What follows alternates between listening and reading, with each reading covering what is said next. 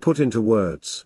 Again, there is a power of the sun which has charge over the fruits of the orchard, and an activity too with charge over the fruits of the field. Such is the origin of the names of the rest of the gods who are associated with the sun on a principle which is certain but mysterious. And since so great a mystery should be supported by something more than a bare statement, let us consult the old authorities for each of these names. Many explanations have been given which associate the name of Apollo with the sun, and I shall proceed to discuss them in turn. Thus Plato writes that the sun is called Apollo because he hurls forth his rays. Chrysippus says that the first letter of the name has a negative force, and that he is called Apollo as not being one of the many, for in Latin too the sun is called Sol because he alone, solus, possesses such brilliance. Speusippus finds the explanation of the name Apollo in the fact that the power of the sun is the product of many places in the sky at different times. And Cornificius thinks that the sun gets the name Apollo because he reruns his course through the heavens. He returns to the place of his rising.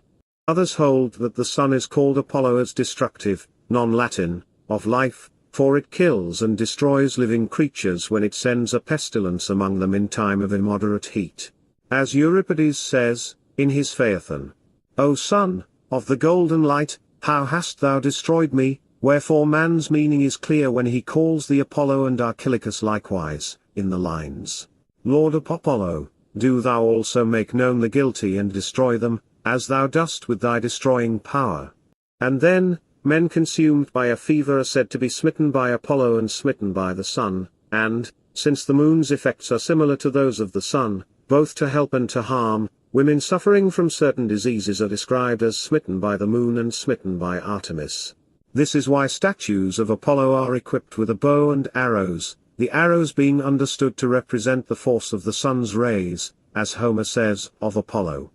But then he launched his sharp arrow at the men, and smote. Iliad 1:51. The sun also gives saving health to all, for its kindly warmth is believed to bring health to everything that has breath. But since it is constantly a source of health and sends pestilence more rarely, statues of Apollo represent the god with the graces in his right hand and a bow and arrows in his left, because his hand is slower to harm and swifter to save.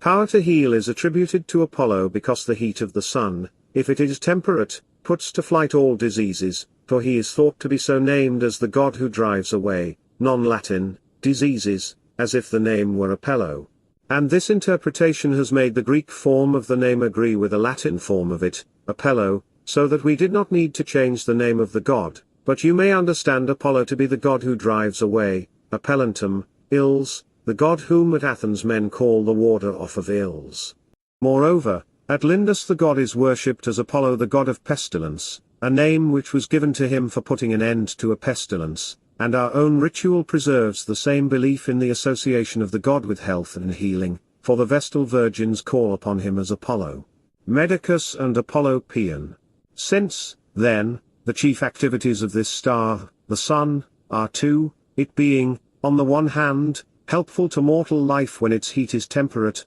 but, on the other hand, sometimes sending a deadly pestilence by its darting rays, men use two names to mark at the same time, each by its particular form, each of these two activities, for they call the god. And these names fit catch activity, for in the one context, is derived from, to make to cease, that is, to make distress to cease, but in the other context the style, to launch, as in Homer's phrase, launching his sharp arrow, to smite. Indeed it is customary in a prayer for health to pronounce the words, non-Latin, with an eta, non-Latin, meaning heal, O God of healing, but to say, non-Latin, with an epsilon and with a rough breathing on the first letter, non-Latin, when invoking a curse on a person, the words then being equivalent to launch thine arrow and smite.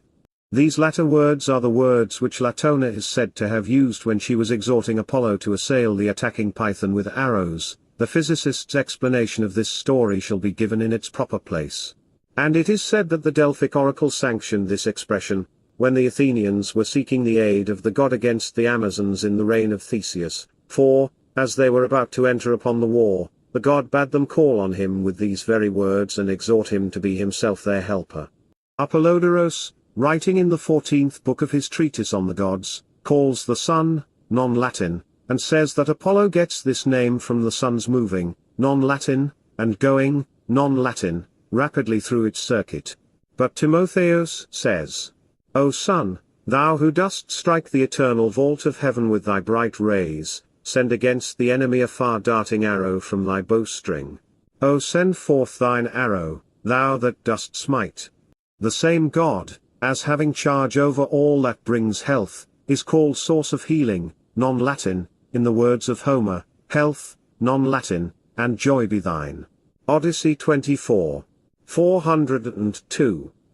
Leandrius too writes that the Milesians offer sacrifice for their health and safety to Apollo, non-Latin, and Pherecydes relates that Theseus, on his way to Crete to face the Minotaur, made a vow to Apollo Ohio and to Artemis Oca for his safe return. It is not surprising that men pay honor to the gods' twofold activities under different names, for we find other gods, too, with double powers and double names, contrary in meaning but relating to the same object. Neptune, for example, is sometimes called the earth shaker and at other times the stablisher of the earth, and Mercury likewise both awakens and lulls to sleep the minds or eyes of men, in the words of Homer. He took up his wand, wherewith he casts a spell on the eyes of men, of whomsoever he will, and others again he likewise wakens out of sleep. Iliad 24. 343. Thus it is that we worship Apollo, the sun, sometimes under names which signify health and sometimes under names which signify pestilence, although, nevertheless, the pestilence which he sends on the wicked indicates clearly that the god is the defender of the righteous. Hence the remarkable reverence paid to Apollo Libistinus at Pacinus, a cape in Sicily, for when the Libyans had brought their fleet to the cape and were about to invade the island, Apollo, who is worshipped at Pacinus, at the prayer of the inhabitants of the place sent a pestilence on the enemy which suddenly destroyed almost all of them, and so the god received the name of Libistinus. Our own annals also contain a similar example of the very present power of this same god. For when, at the oracular behest of the soothsayer Martius and the Sibylline oracle, games in honor of Apollo were being celebrated at Rome, the enemy suddenly appeared, whereupon the people rushed to arms and went to meet them, and at that moment a cloud of arrows was seen to fall upon the enemy and put them to flight, so that the Romans returned victorious to the games of the god who had saved them. It is clear from this story that it was a battle and not, as some think, a plague that led to the institution of these games. The reason for this latter opinion is the fact that at the time of these games the sun in our country shines immediately overhead, for the crab is in the summer tropic, and, while the sun is on its way through this part of the heaven, its bright rays illuminate our temperate zone, not from afar but falling directly downward from above. Some therefore have thought that the purpose of the games of Apollo is to appease the god of heat at that particular time. I find, however, in the written authorities that these games were instituted to commemorate a victory and not, as some annalists say, to ensure good health. For the games were first instituted in the Punic War, after consultation of the Sibylline books and on the advice of Cornelius Rufus, the Decemvir, who accordingly received the name of Sibylla, afterward corrupted to Scylla, a name which he was the first to bear. The story goes that, when 2 rolls of the oracles of the soothsayer Martius were brought into the Senate, the following prophecy was found in them: Romans, if ye would drive from your land the enemy, the plague which comes from peoples afar, I advise that games be vowed to Apollo, to be celebrated joyfully in his honor every year. Over the celebration of these games let the praetor preside, who shall have the administration of supreme justice to the people and the commons. Let 10 men offer sacrifice with victims according to the Greek use. If this shall be rightly done by you, ye shall be glad for evermore, and the state shall become more prosperous, for this god shall destroy your foes who are eating up your fields undisturbed. One day was devoted to religious ceremonies of atonement in accordance with the oracle, and then it was decreed by the Senate that 10 men should consult the Sibylline books with a view to obtaining more information touching the celebration of the games to Apollo and the right performance of the religious ceremonies. Learning that what had been found in the books confirmed the oracle, the senators resolved that games should be vowed and celebrated to Apollo, and that 12,000 bronze asses and 2 full-grown victims be given to the praetor for the purpose. The 10 men were ordered to offer sacrifice after the Greek use with the following victims: to Apollo, a bull and 2 white she-goats, all with horns gilded, and to Latona, a cow with horns gilded, and the people were bidden to wear garlands as they watched the games in the circus. This is the most authentic account of the origin of the Apollinarian games. Now let us consider the other names of the god, to show that he is to be identified with the sun. He is given the name Loxius, because, in the words of Inopodes, he moves obliquely, non-Latin, in his circular course from his setting to his rising, or because, as Cleanthes writes, he moves in spirals and these are oblique, that is to say, because his path is winding, or because, since he is to the south of us and we are to the north of him, his rays strike us obliquely. He is given the name Delius, because by the light that he sheds he makes all things clear, non-Latin, and visible. He is called Phoebus, according to Cornificius, because of the regularity and force with which he moves, non-Latin. But the general opinion is that this epithet is derived from the clearness and brightness of his appearance. So too he is called Phanes, because he gives light, non-Latin. And Phanios, that is, coming new, non-Latin, to our eyes, since the sun renews itself each day, and this is why Virgil uses the phrase when the morning is new. The inhabitants of Chimaeris, who inhabit an island sacred to the sun, sacrifice to Apollo the ever-begotten and ever-begetting, non-Latin, because the sun always comes into being at its rising and is itself the source of all life by its gifts of fertilization, warmth, growth, nourishment, and increase. There are several explanations of the style Lycian Apollo. Antipater the Stoic writes that Apollo has received the name Lycius because all things become bright, non-Latin, in the light of the sun. Cleanthes observes that he is so called because with his rays he carries off moisture as wolves, non-Latin, carry off sheep. The Greeks of old called the first light, which precedes sunrise, non-Latin, from the adjective, non-Latin, light or bright, and today too this time is known as, non-Latin.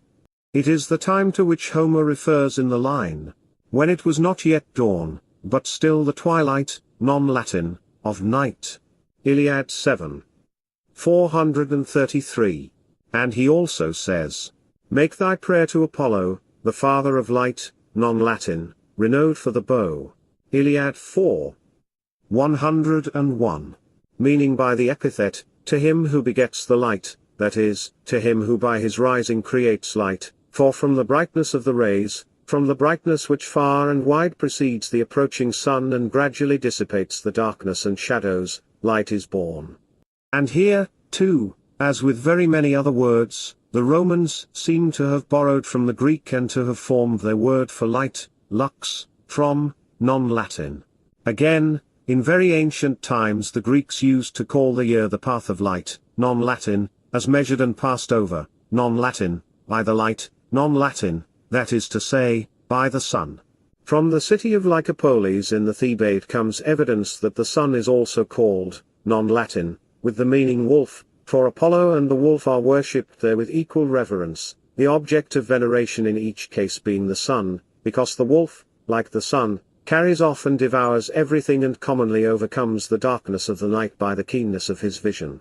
There are some too who think that wolves themselves, non-Latin, get their name from, non-Latin, first light, because that is just the time that these beasts wait for as the best time to carry off the sheep which, after a hungry night, are driven at dawn from their folds to pasture. Apollo has been called father of the people, not as worshipped according to the particular religious usage of a single race or state but as the generating cause of all things, since the sun, by drying up moisture, is the universal cause of generation, in the words of Orpheus. Having the mind and wise counsel of a father, and it is for this reason that we also call Janus father and worship the sun under that name. Apollo has been called the god of shepherds not from having served as a shepherd and, as the story goes, from having fed the flocks of King Admetus, but because the sun feeds all that the earth brings forth. So that men sing of him as the feeder not of a single kind of stock but of all kinds. And thus it is that in Homer, for example, Neptune addresses him thus: Phoebus, thou didst herd kine of shambling gait and crooked horns. Iliad, 21. 448. And again, in the same poet, the god appears as feeding mares, in the lines: Apollo of the silver bow reared them in Perea, two mares, bearing terror of battle to the foe. Iliad 2. 766. Moreover, there are temples to Apollo, as feeder of sheep, at Chimaeris, with the title, guardian of flocks, and at Naxos, with the title, patron of shepherds, and he is worshipped also as the god with the lamb's fleece. Again, at Lesbos he is worshipped as the god of the glen, and he has many styles in divers cities, all pointing to his function as a god who feeds, so that he is recognized to be the overseer of all flocks and herds and in very truth to feed them. Apollo Eulalius is so called from his wheeling movement, non-Latin, round the earth, since the sun seems, as it were, to roll round the earth in an unending orbit, as Euripides says. O sun, wheeling thy flaming chariot with its swift steeds. Phoenici 3.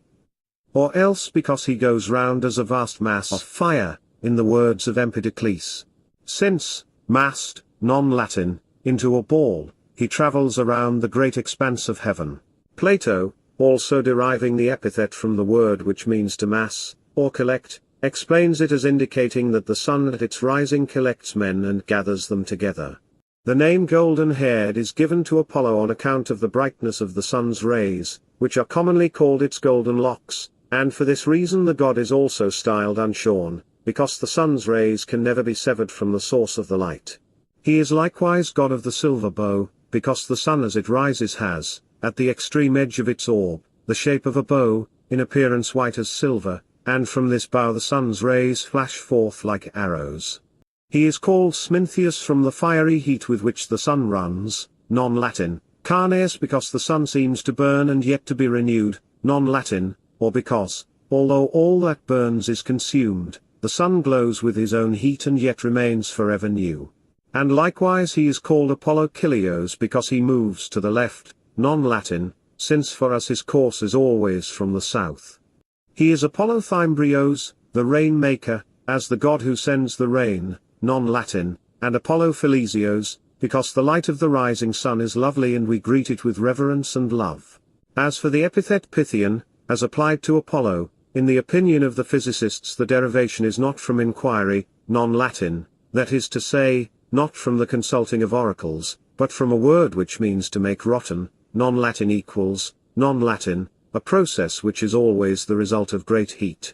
It is for this reason, then, that they consider that the god is called Pythian, although Greek mythologists say that the name was given to him after the slaying of the serpent, Python. Nevertheless the myth is not inconsistent with the true understanding of a secret of nature, as will appear if one runs through the series of events which comprise the tale of the birth of Apollo. And this is what, a short time ago, I promised to do. When Latona was about to give birth to Apollo and Diana, Juno is said to have sought to hinder her confinement. However, the story goes that, when at length the divine children had been born, a serpent, called Python, attacked their cradle and the infant Apollo killed the monster with arrows. Natural science shows that this myth is to be understood as follows. At first all was chaos, but, afterward, from a confused and amorphous mass there began to emerge into light the shapes of things and the elements.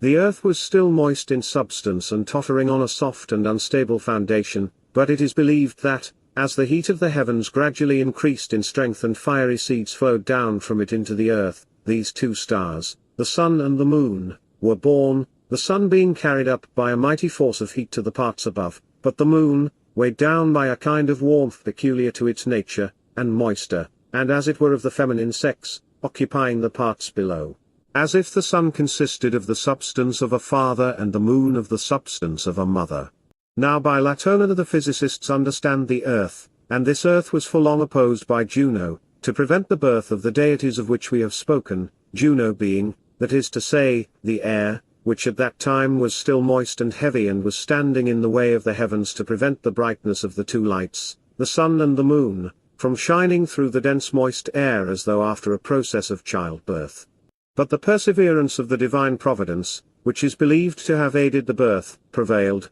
and so, in corroboration of the myth, there is in the island of Delos a temple of Providence, called the Temple of Athena Forethought, and appropriate rites are celebrated in it. Moreover, Apollo and Diana are said to have been born on an island because they seem to us to rise out of the sea, And this island is called Delos because the rising and, as it were, the birth of these two lights make all things clear and visible, non-Latin.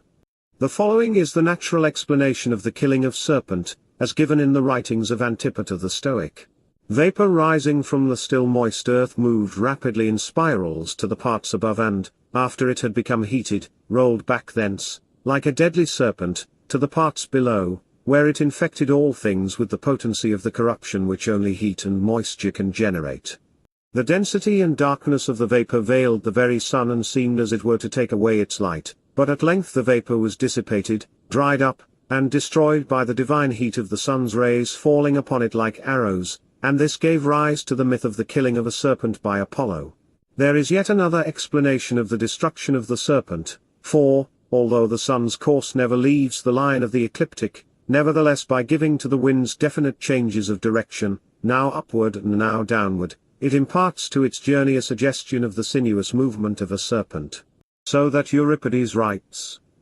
"The fire-born serpent leads the way for the four changing seasons, yoking its car rich in fruit, in a concord of wealth. When, therefore, the sun, thus styled a serpent, had put an end to his course through the sky, it used to be said of him that he had put an end to the serpent, and thence arose the myth of the slaying of a serpent. The reference to the arrows of the sun simply indicates the emission of its rays. These rays are seen to be longest at the time when the sun is putting an end to its yearly course at the summer solstice, it being then at its highest point in the sky and the days at their longest, and so the sun god is called far darter as shooting his rays from afar, that is to say, continually sending down rays to the earth from the most distant and highest point. No more need have been said about the epithet Pythian, did not the following explanation of the name also present itself to our notice. For, when the sun in the sign of Cancer brings the summer solstice and ends his course which is marked by the longest day,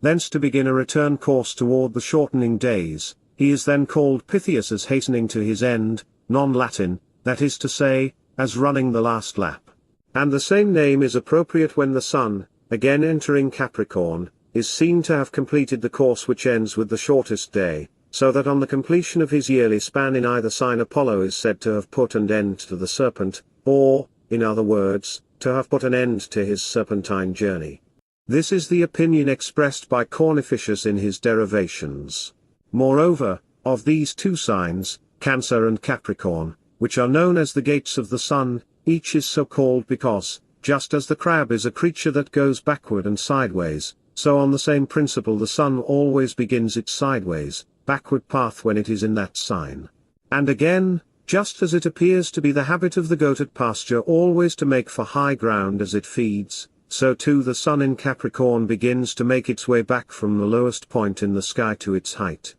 Men call Apollo the twin god, non-Latin, because he presents a twin form of his own divinity, by himself giving light and shape to the moon, for, as a twofold star giving light from its single source, he illumines the periods of day and night. And this too is the reason why the Romans worshipped the sun under the name and form of Janus, with the style of the Didymian Apollo. Apollo is called Delphian as making clear things that are invisible, non-Latin, that is, because the brightness of his light makes clear what is dark, or, in the opinion of Numenius, because the god is, as it were, one and alone, for, according to Numenius, non-Latin, in the language of ancient Greece meant a single one, and this, he says, is why the Greek word for a brother is, non-Latin, as though to say, one who is no longer a single one. Furthermore, the inhabitants of Hierapolis, who are Assyrians by race, embody all the activities and powers of the sun in the form of a single,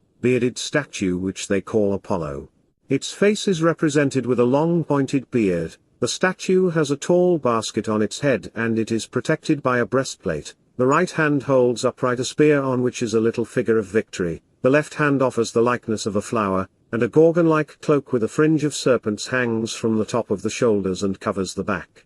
By the side of the statue are representations of eagles in flight. Before its feet is an image of a woman, with female figures on her right and left encircled by the sinuous coils of a serpent. The downward-pointing beard represents the rays which shoot from above to the earth. The golden basket rising high above the head denotes the height of heaven, whence the essence of the sun is believed to come. By the evidence of the spear and breastplate a representation of Mars is added, and Mars, as I shall go on to explain, is to be identified with the sun.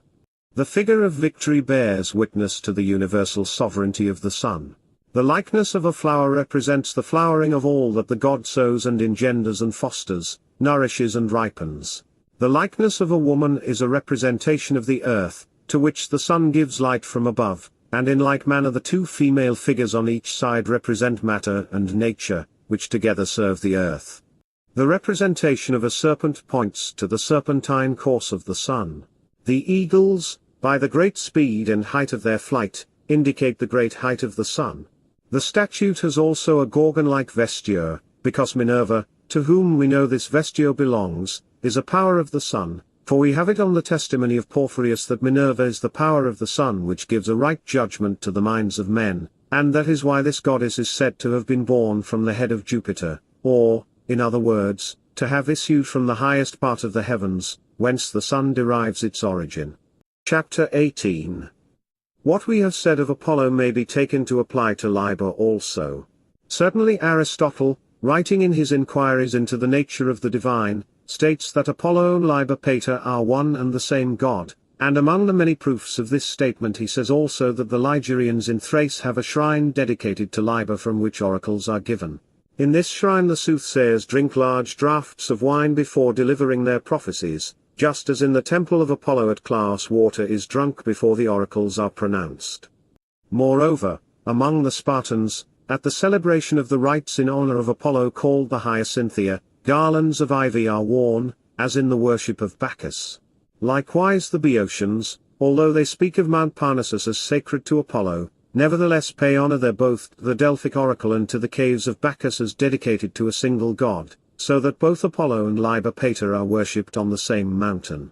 This is confirmed by Varro and Granius Flaccus, and this too is what Euripides tells us in the lines. Dionysus equipped with thyrsus and clad in skins of fawns leaps dancing down Parnassus among the pines. It is on Mount Parnassus that a festival of Bacchus is held every other year, at which, it is said, many bands of satyrs are seen and their characteristic voices are frequently heard, and likewise the clashing of cymbals often strikes men's ears.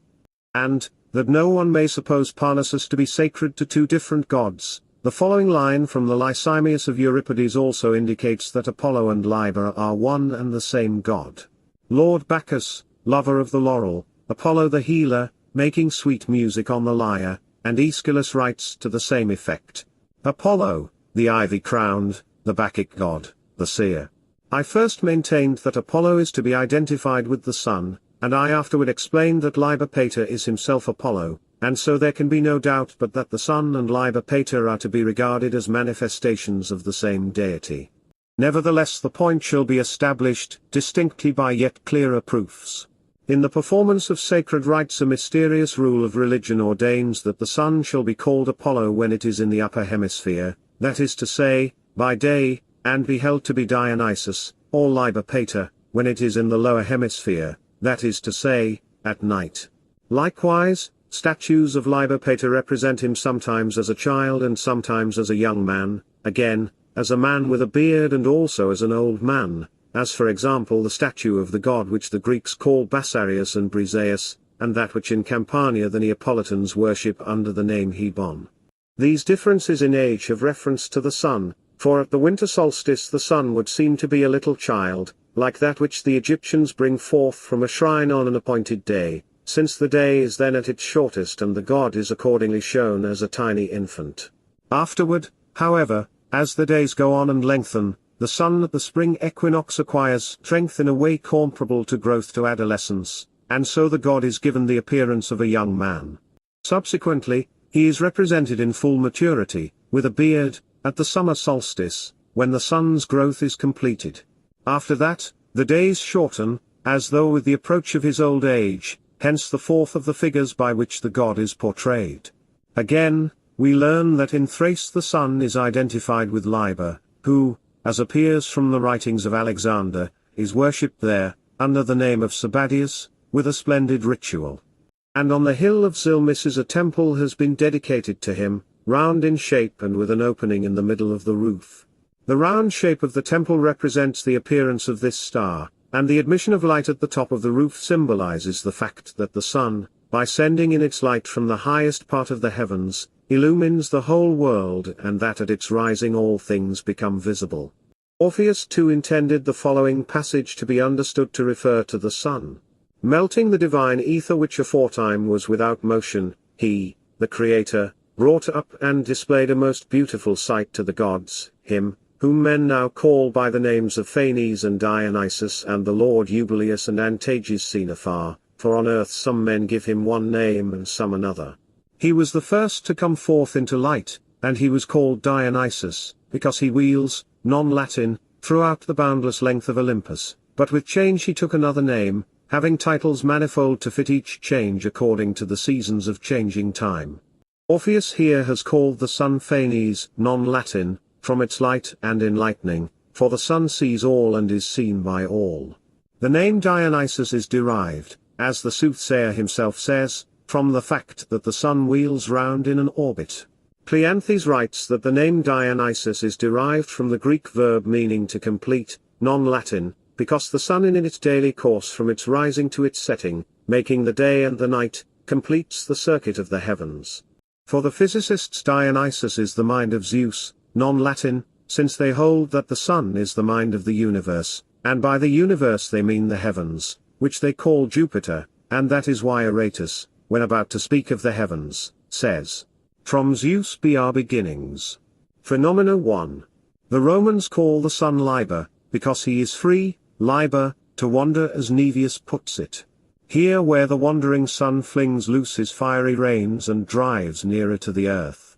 The Orphic verses, 2, by calling the sun Eubuleus, indicate that he is the patron of good counsel, for, if counsel is the offspring of the mind and if, in the opinion of our authorities, the sun is the mind of the universe from which the first beginning of intelligence is diffused among mankind, then the sun is rightly believed to preside over good counsel. In the line, the sun, which men also call by name Dionysus, Orpheus manifestly declares that Liber is the sun, and the meaning here is certainly quite clear, but the following line from the same poet is more difficult. One Zeus, one Hades, one sun, one Dionysus. The warrant for this last line rests on an oracle of Apollo of Claos, wherein yet another name is given to the sun, which is called, within the space of the same sacred verses by several names, including that of Iao. For when Apollo of Claos was asked who among the gods was to be regarded as the god called Iao, he replied, "Those who have learned the mysteries should hide the unsearchable secrets, but, if the understanding is small and the mind weak, then ponder this, that Iao is the supreme god of all gods, in winter, Hades at spring's beginning, Zeus, the sun in summer, and in autumn, the splendid Iao." For the meaning of this oracle and for the explanation, of the deity and his name, which identifies Iao with Liber Pater and the sun, our authority is Cornelius Labeo in his book entitled On the Oracle of Apollo of Claos. Again, Orpheus, pointing out that Liber and the sun are one and the same god, writes as follows of the ornaments and vestments worn by Liber at the ceremonies performed in his honor. All these things duly perform right early, having arrayed the body of the god with his apparel, in imitation of the renowned sun. First, then, to represent the fiery rays cast about him a crimson robe, like to fire. Moreover, above it fasten on the right shoulder a broad, dappled skin of a fawn, the many-spotted hide of the beast, to represent the sparkling stars and the sacred sky. Then, over the fawn skin cast a golden belt, all gleaming, that he wear it around his breast, a mighty sign of the sun, when straightway he leaps up, shining, from the boundaries of earth and smites with his golden rays the stream of ocean, and unspeakably great is his light, and mingled with dew the light gleams that it wheels in eddies in a circle before the god. And as a belt below his measureless breast is seen the encircling ocean, a great wonder to behold. Hence Virgil, too, knowing that Liber Pater is the sun and Ceres the moon, the one by its gentle warmth at night, the other by its heat by day, together control the richness of the soil and the ripening of the crops, says, "You, bright splendors of the world, most glorious, who guide the passage of the gliding year through the heavens, Liber and kindly Ceres, as surely as by your bounty the earth exchanged the Chaonian acorn for the rich ear of corn. George X 1.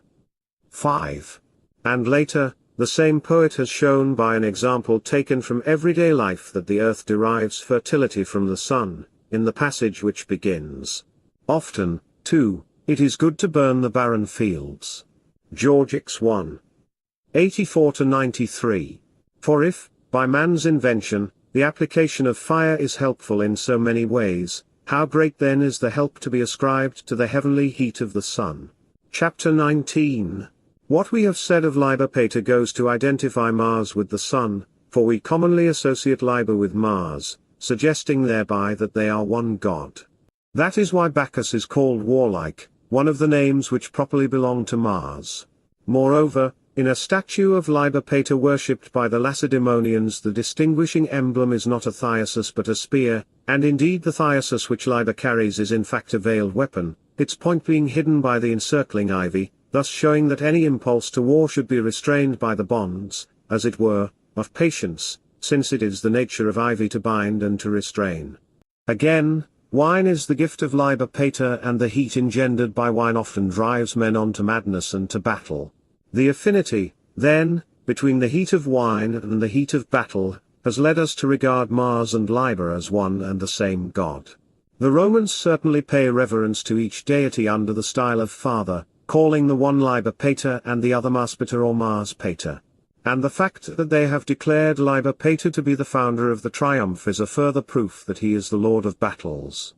Since, then, Liber Pater is to be identified with the sun, and Mars with Liber Pater, without doubt Mars is the sun. And there is the further consideration that the Occitani, a people of Spain, worship with the greatest respect a statue of Mars which is adorned with rays, calling it Neton. Now a natural explanation unquestionably requires that the gods from whom springs the heat of heaven should differ in their names rather than in their real essence. And to the glowing heat by which the spirit is kindled and roused, sometimes to anger, sometimes to deeds of valor, and sometimes in excess, to a temporary madness, and these are the causes which give birth to wars. To this property men have given the name of Mars. The poet Homer too has expressed the violent might of the god, under the likeness of fire, in the line, "In his fury he was as Ares brandishing his spear, or as a destroying fire." Iliad 15. 605. So that, in short, one must maintain that the activity of the sun which fires the spirits and inflames the blood is called Mars. To prove that Mercury is the sun we have the support of our previous exposition, for the identification of Apollo with Mercury is clear from the fact that among many peoples the star Mercury is called Apollo, and that, as Apollo presides over the Muses, one so speech, a function of the Muses, is bestowed by Mercury. There are many further proofs, too, that Mercury is held to represent the sun. In the first place there is the fact that statues of Mercury are adorned with wings, a symbol of the swift movement of the sun. For since we believe Mercury to rule over the mind and understand his name, Hermes, to be derived from the Greek word which means to interpret, non-Latin, and since the sun is the mind of the universe, and nothing is swifter than the thoughts of the mind, just as Homer says, swift as a bird or a thought, that is why Mercury is equipped with wings, as though possessing the very nature of the sun.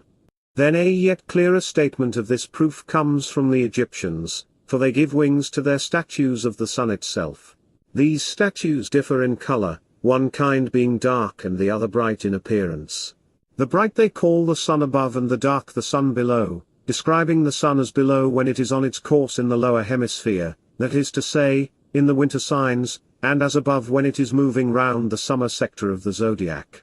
A story of the same kind is told of Mercury, but in different words, for Mercury is thought to be the servant and messenger who passes between the gods above and the gods below. Mercury is also known as Argifontes, not because he slew Argus, who is said to have had a number of eyes all round his head and to have been ordered by Juno to keep watch over her rival, the daughter of Inachus, after she had been changed into the likeness of a cow, but because in this myth Argus is the sky, stippled with shining stars which have the appearance of being, as it were, the eyes of heaven.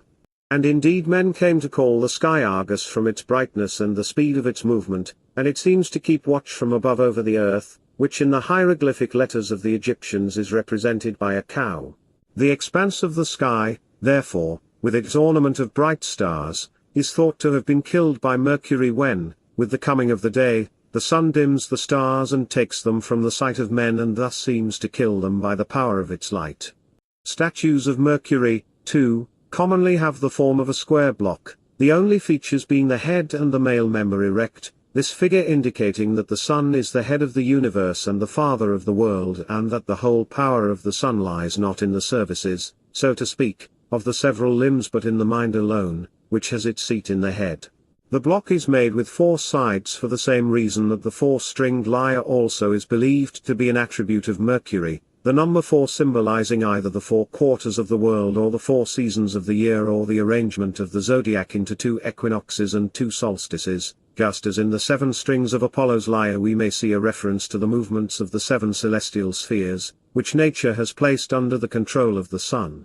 Another clear proof that it is the sun that we worship under the name of Mercury is the caduceus, which the Egyptians have designed as the sacred staff of Mercury. It shows a pair of serpents, male and female, intertwined. The middle parts of the serpent's coils are joined together as in a knot, called the knot of Hercules. Their upper parts are bent into a circle and complete the circle as they meet in a kiss. Below the knot their tails rejoin the staff at the point at which it is held, and at that point appear the wings with which they are provided. The Egyptians also maintain that the attributes of the caduceus illustrate the generation, or genesis as it is called, of mankind, for they say that 4 deities are present to preside over a man's birth, his genius, fortune, love, and necessity. By the first 2 they understand the sun and the moon, for the sun, as the source of the breath of life and of heat and of light, is the creator and the guardian of a man's life and is therefore believed to be the genius, or god, of a newborn child. The moon is fortune, since she has charge of the body, and the body is at the mercy of the fickleness of change. The kiss of the serpents is the symbol of love, and the knot is the symbol of necessity. Why wings are added has already been explained, and of the above-mentioned attributes the coiled bodies of the serpents have been specially chosen, as illustrating the serpentine course of each of the 2 stars. Chapter 20. The association of a serpent with the statues of Aesculapius and Salos points to the relation of these deities with the nature of the sun and the moon, for Aesculapius is the healthful power which comes from the essence of the sun to give help to mortal minds and bodies, and Salos is the activity proper to the nature of the moon, which aids the bodies of living creatures and strengthens them by its health-giving disposition. Statues of Aesculapius and Salos, then, have figures of serpents in attendance because these 2 deities enable human bodies, as it were, to slough off the skin of weakness and to recover the bloom of their former strength, just as serpents each year shed the skin of old age and renew their youth. And it is for this reason that the sun itself too is represented in the form of a serpent, because in its passage from the lowest point of its course to its height it always seems, as it were, to pass from the depth of old age and return to the vigor of youth. Moreover, since a serpent is called Draco from the Greek word meaning to see, non-Latin, the form of the name also explains why a serpent is one of the chief attributes which symbolize the sun, for with its keen and watchful eyesight the serpent is said to resemble the nature of the sun and for that reason to be entrusted with the charge of protecting temples, shrines, oracles, and treasuries. The identity of Aesculapius with Apollo is proved not only by the fact that he is believed to be Apollo's son, but also by reason of the power of prophecy which too is attributed to him. Thus Apollodorus in his work on the gods writes that Aesculapius presides over divination and augury. And there is nothing surprising here, since the skills of medicine and divination are closely allied, for a doctor knows in advance what will be helpful or unhelpful in the body, just as Hippocrates says that a doctor should be able to describe his patient's present, past, and future state, or, in Virgil's words, to have knowledge of all things that are, or that have been, or that thereafter at their coming shall follow. Georgics 4393. And this agrees with the prophet's art which, as Homer has it, knows the things that are and that shall be and that have been aforetime. Iliad 1.70. As for Hercules, he does not differ in essence from the sun, for he is that power of the sun which gives to the human race a valor after the likeness of that of the gods. And one must not suppose that Alcmena's son, born at Thebes in Boeotia, was the only one, or even the first one, to be called Hercules. On the contrary, he had many predecessors and was the last to be deemed worthy of the honor of the name, having earned by his outstanding endurance the right to bear the style of the patron god of valor. Besides, there is a religious cult of Hercules at Tyre too, although it is the Egyptians who worship him with the greatest reverence and respect, and also from time out of mind, and yet recorded time with them is very long, pay homage to him as one who has no beginning in time. Hercules is also believed to have slain the giants in defense of heaven, and he is thus the symbol of divine valor. As for the giants, we must understand them to have been an impious breed of men who refused to recognize the existence of the gods, and so were thought to have wished to drive them from their seat in heaven. The serpent's coils at the end of the giant's feet are a sign of their lack of upright and noble thought and of the downward tendency of the whole way and tenor of their life, and it was the sun that exacted the due penalty from them by the destructive power of its heat. That Hercules is indeed the sun is clear from his very name, for the derivation of his Greek name Heracles is obviously, non-Latin, the pride of the air, and what, pray, is the pride of the air but the light of the sun, since, when the sun sets, the air is hidden in deep darkness. Furthermore, the manifold forms of religious observances practiced by the Egyptians argue the manifold powers of the god and point to Hercules as the sun which is in all and through all. Another proof of this identification, and that no light proof, is provided by an event which occurred in another land. For when Theron, king of Hither Spain, was driven by a mad desire to capture the temple of Hercules, at Gardus, and fitted out a fleet, the men of Gardus sailed out to meet him with their ships of war.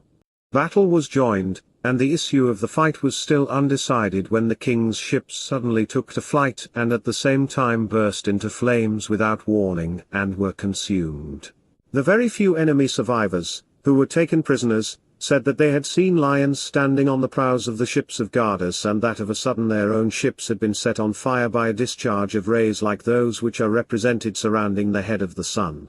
In the city on the borders of Egypt which boasts Alexander of Macedon as its founder, Serapis and Isis are worshipped with a reverence that is almost fanatical. Evidence that the sun, under the name of Serapis, is the object of all this reverence is either the basket set on the head of the god or the figure of a three-headed creature placed by his statue. The middle head of this figure, which is also the largest, represents a lion's.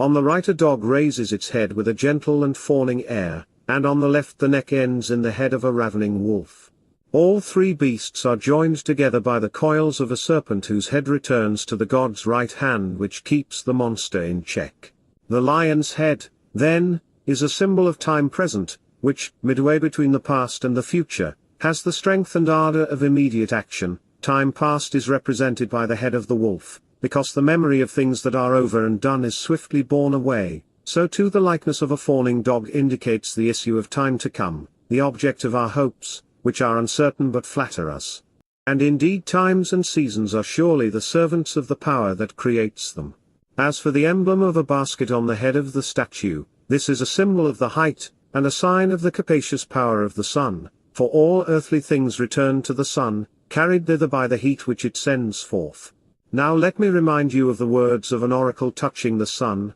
or Serapis. When Serapis, whom the Egyptians have declared to be the greatest of the gods, was asked by Nicocreon, king of the Cypriots, which of the gods he was held to be, he satisfied the king's religious scruples with the following lines. Learn that the nature of my Godhead is such as I may tell thee, the firmament of heaven is my head, my belly the sea, the earth my feet, my ears are in the air, and the bright light of the sun is my far-flashing eye. From these lines it is clear that the nature of Serapis and of the sun is one and indivisible. Isis is worshipped together with Serapis, for Isis is the earth, or the world of nature, that lies beneath the sun, and so the whole body of the goddess is thickly covered with a series of breasts, because everything that exists draws its sustenance and nourishment from the earth or world of nature. Chapter 21. That Adonis too is the sun will be clear beyond all doubt if we examine the religious practices of the Assyrians, among whom Venus Archytas and Adonis were worshipped of old with the greatest reverence, as they are by the Phoenicians today. Physicists have given to the Earth's upper hemisphere, part of which we inhabit, the revered name of Venus, and they have called the Earth's lower hemisphere Proserpine.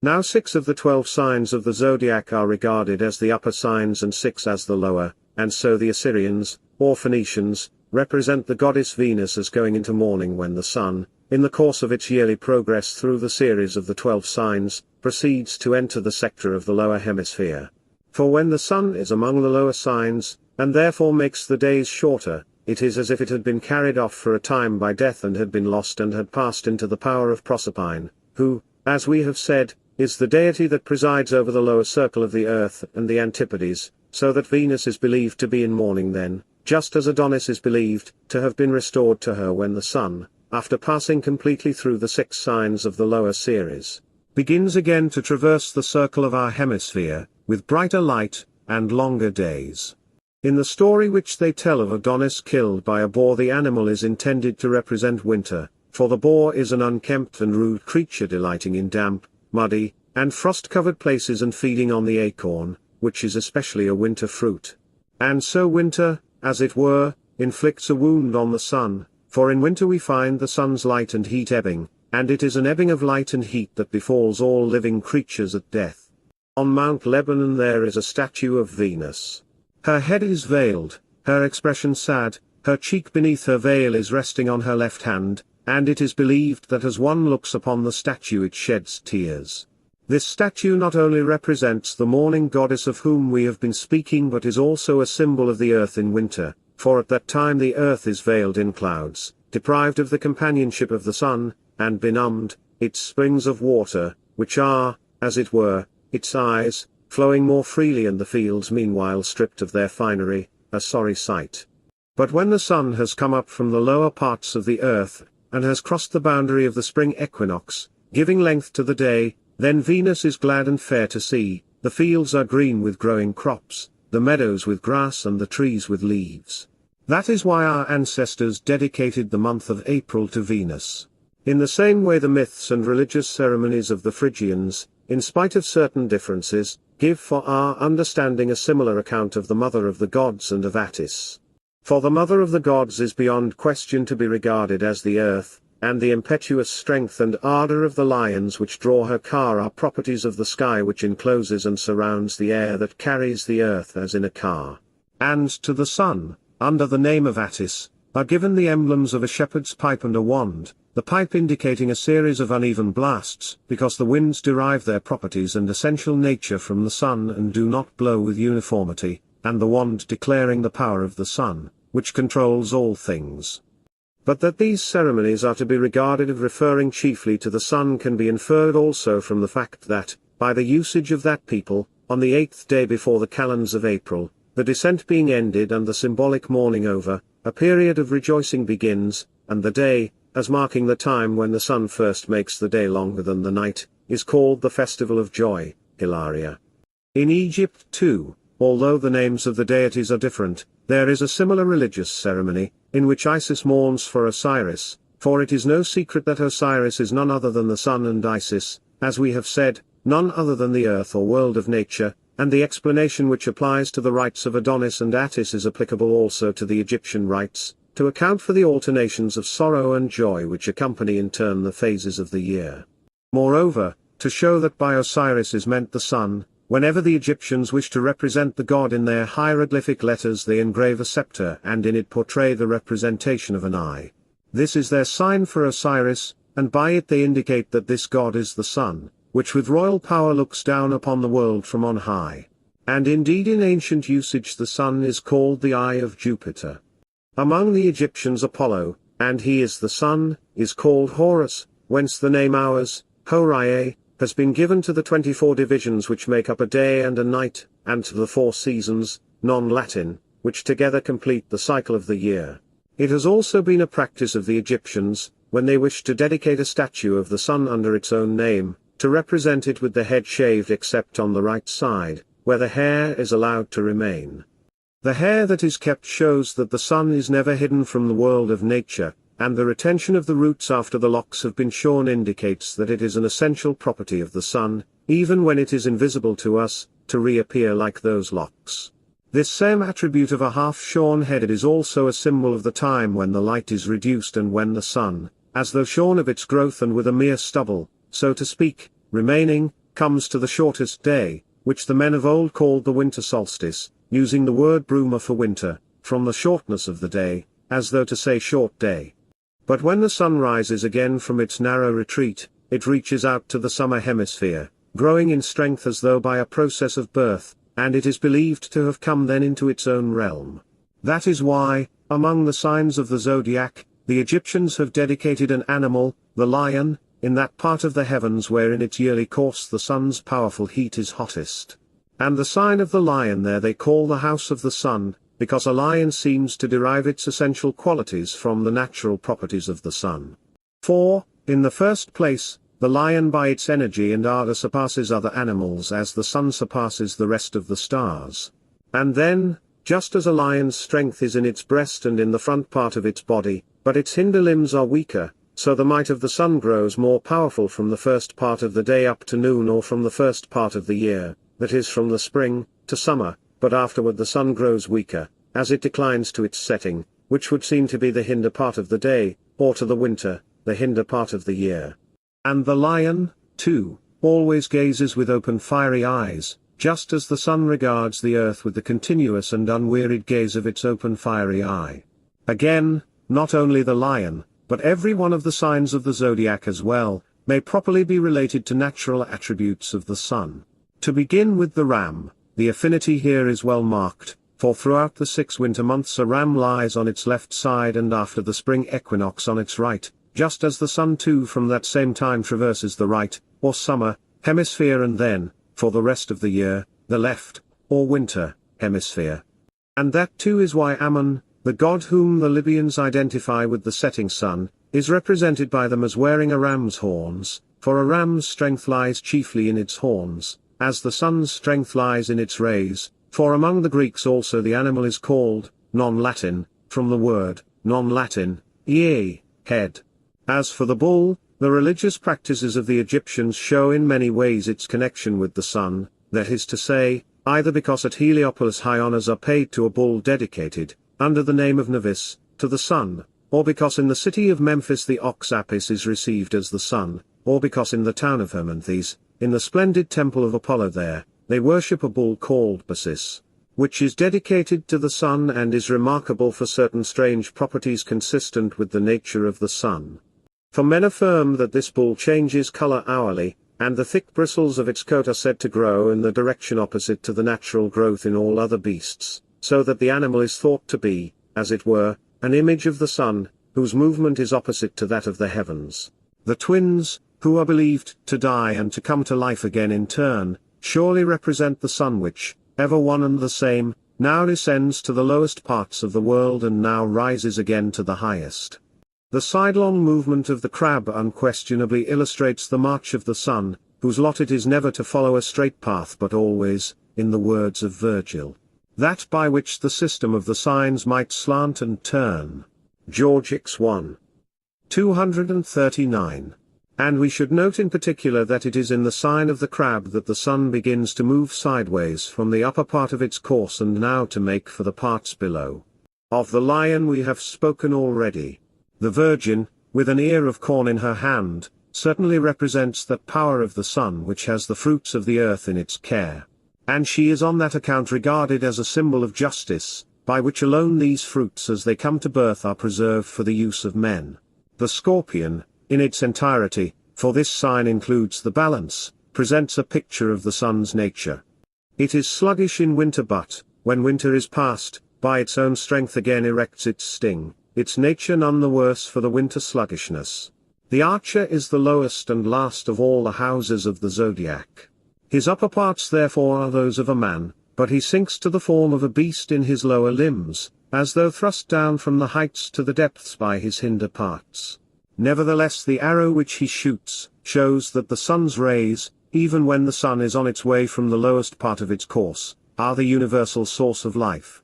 Capricorn, bringing the sun back from the lower to the upper parts of its course, seems to imitate the nature of the goat, the creature which, moving as it feeds from the lowest parts, always grazes on the high peaks of the rocks. The water-bearer indicates the essential force of the sun, for assuredly rain would not fall upon the earth unless the heat of the sun first drew the moisture up on high, to pour it down again in abundant showers. Placed at the end of the series of the signs of the zodiac are the fishes. They are dedicated to the sun not, as with the rest of the signs, because their nature in any way represents the nature of the sun, but as illustrating its power, since the sun gives life not only to creatures of the air and of the land but also to those which, as though exiled from the sun and removed from its sight, have their being in the depths of the waters. For such is the sun's might that its penetrating rays quicken even what is hidden from its view. Chapter 22. To return to our discussion of the manifold power of the sun, Nemesis, which we worship to keep us from pride, is none other than that power of the sun whose nature it is to make dark the things that are bright and withdraw them from our sight, and to give light to things that are in darkness and bring them before our eyes.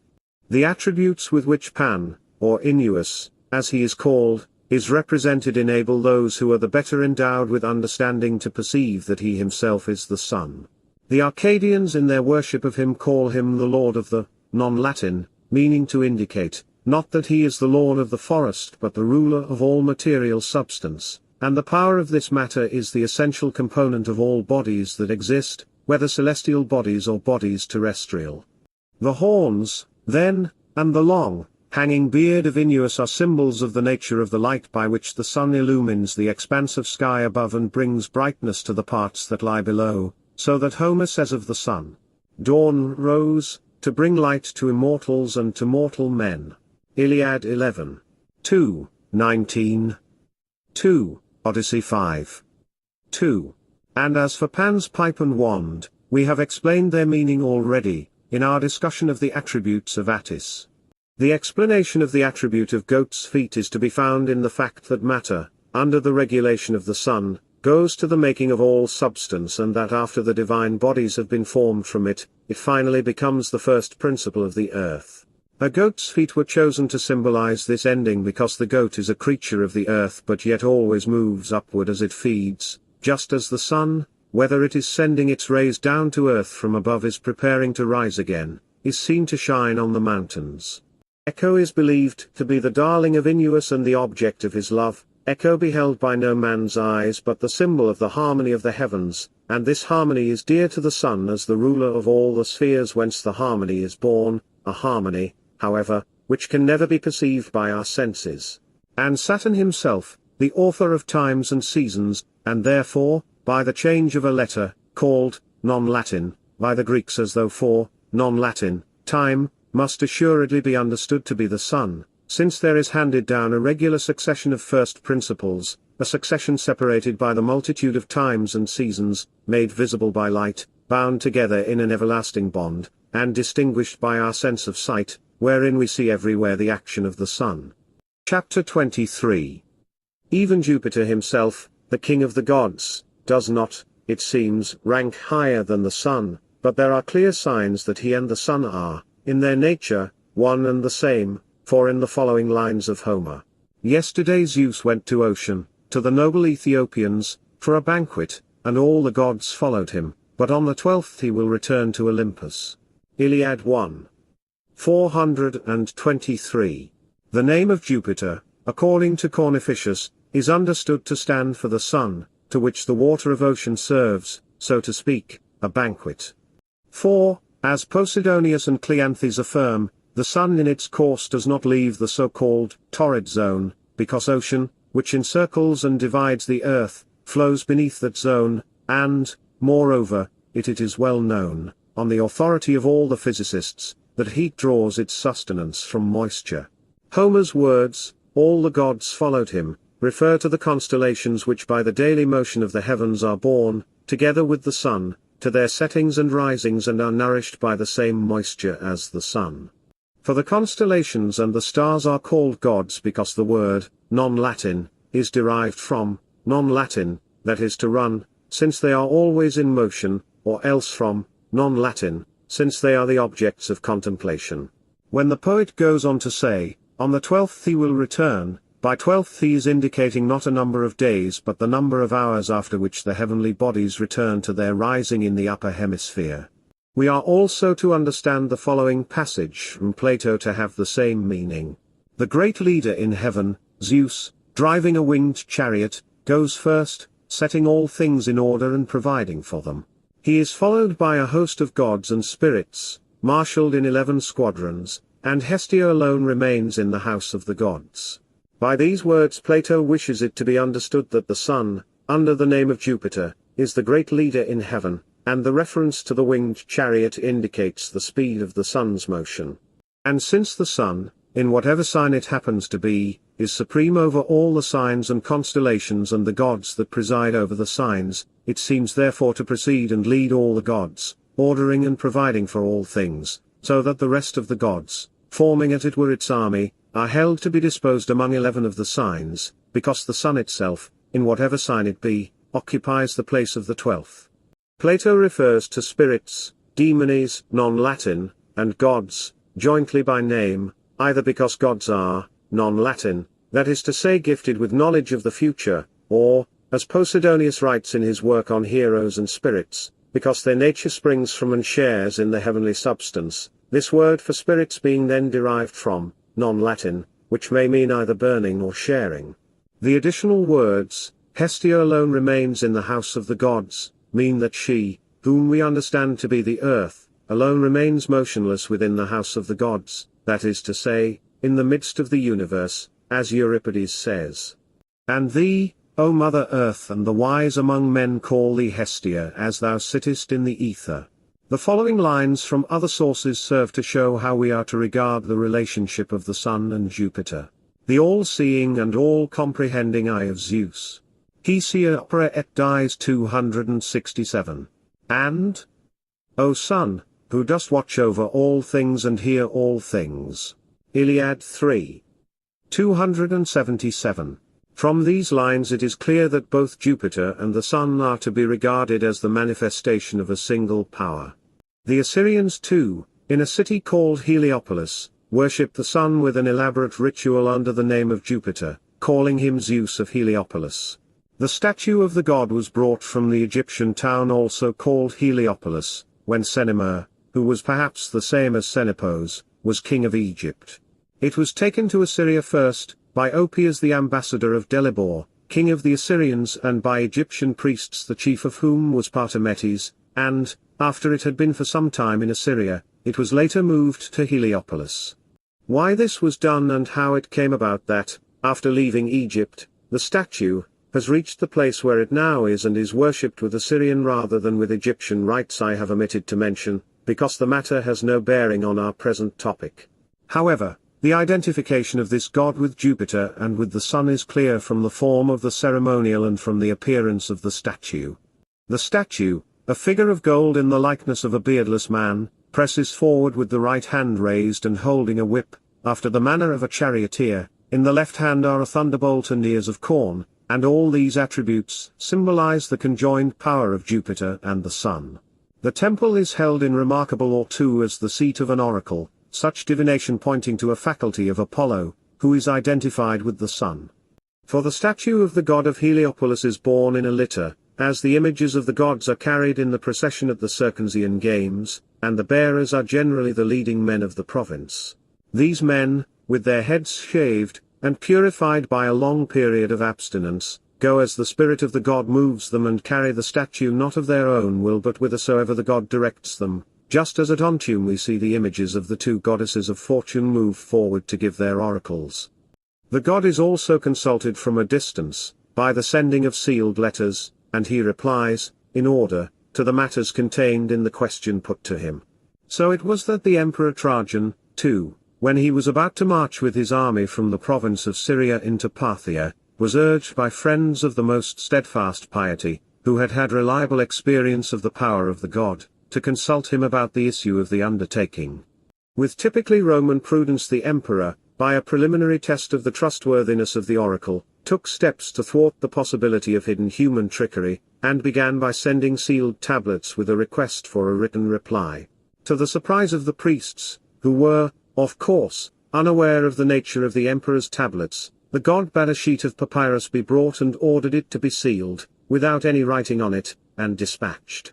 When Trajan received the document he was filled with astonishment, since the tablets which he had sent to the god also had had no writing on them. And he then wrote and sealed other tablets, to ask whether he would return to Rome after the war was over. The god thereupon bade a centurion's vine branch be brought from among the dedicated offerings in the temple, broken in pieces, and the pieces wrapped in a napkin and sent thus to the emperor. When Trajan's bones were brought back to Rome after his death, the meaning of the oracle's response was clear, for the emperor's remains resembled the pieces of the vine branch, and the vine branch itself, as a centurion's staff, indicated the time of the event which would befall, namely, in time of war. That the discourse may not wander too far afield, by mentioning all the gods by name, let me tell you what the Assyrians believe about the sovereignty of the sun. To the god whom they revere as highest and greatest of the gods they have given the name of Adad, a name which, being interpreted, means 1-1. Him, then, they worship as the most powerful god, but they associate with him a goddess called Adargatis, and to these two deities, by whom they understand the sun and the earth, they ascribe full power over all things. And, instead of using a number of names to express the power shared by these deities in all its forms, they indicate the manifold preeminence of this twofold Godhead by the attributes which each deity bears. These attributes of themselves tell of the nature of the sun, for the statue of Adad is distinguished by rays which point downward, to show that the might of heaven is in the rays which pour down from the sun to the earth, but the statue of Adargatis is distinguished by rays which point upward, to show that everything that the earth brings forth owes its birth to the power of the rays sent from above. Under the statue of Adargatis are figures of lions, to indicate that the goddess represents the earth, on the same principle as that by which the Phrygians have represented the mother of the gods, that is to say, the earth, in a car drawn by lions. Finally, the theologians point out that the sovereignty of the sun answers to the sum of all the powers that be, and this is shown by the short prayer which they use in their ritual, saying, O Sun, ruler of all, spirit of the world, might of the world, light of the world. And in the following verses Orpheus too bears witness to the all-embracing nature of the sun. Hear, O thou who dost, wheeling afar, ever make the turning circle of thy rays to revolve in its heavenly orbits, right Zeus Dionysus, father of sea, father of land, sun, source of all life, all gleaming with thy golden light. Chapter 24. As Praetextatus ended his discourse, the company for a while regarded him in wide-eyed wonder and amazement.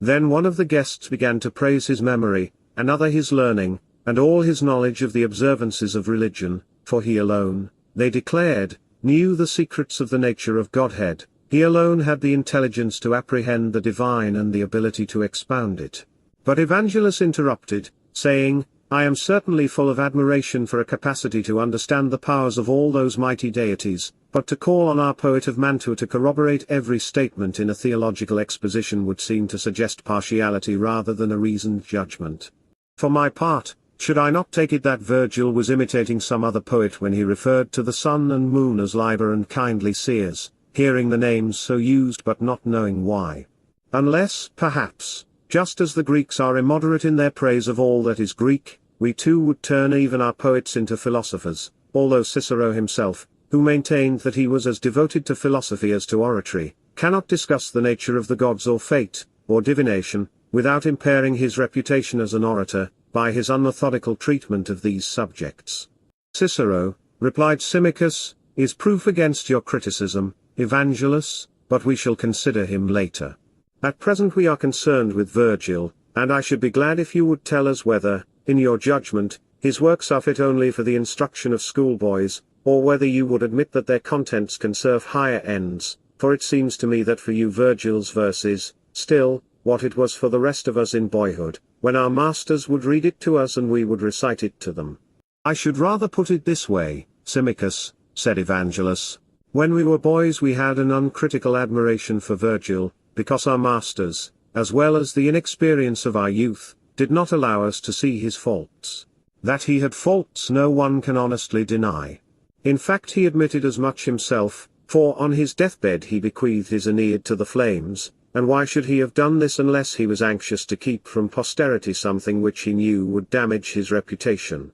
And how right he was. For he was ashamed to think what the verdict on him would be, if any should come to read of a goddess begging from her only husband, and that a husband by whom, as well she knew, she had not had a child, a gift of alms for her son, or if countless other passages should come to light in which the poet had offended against good taste, whether by his use of Greek and outlandish expressions or by the faulty arrangement of his work. All shuddered as they heard these words, and Symmachus retorted, Virgil's renown, Evangelus, is such that no one can add to it by praise or detract from it by disparagement. And, as for your carping criticisms, anyone from the lowest ranks of the grammarians can answer them, so that there is no need to put our friend Servius, who, to my mind, surpasses the teachers of former times in learning, to the trouble of rebutting such charges. But since, outstanding poet though he is, his poetic skill displeases you, tell me whether his rhetorical powers meet with your approval,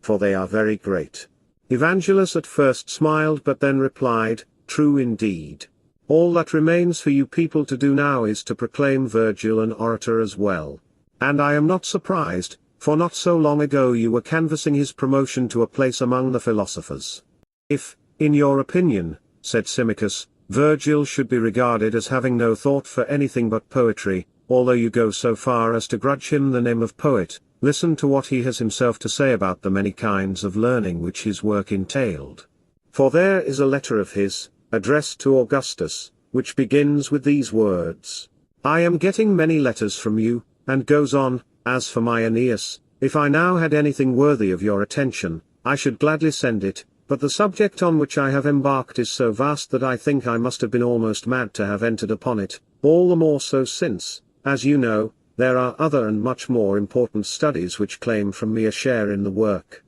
What Virgil says here is consistent with that wealth of material which almost all the literary critics carelessly pass by with, as the proverb says, dusty feet, as though a grammarian were permitted to understand nothing beyond the meanings of words. Thus those fine fellows have set hard and fast bounds to their science, like the tracts fixed and defined by the augurs, and, if anyone were to dare to overstep these prescribed limits, he would have to be deemed guilty of as heinous an offense as if he had peered into the temple from which all males are banned.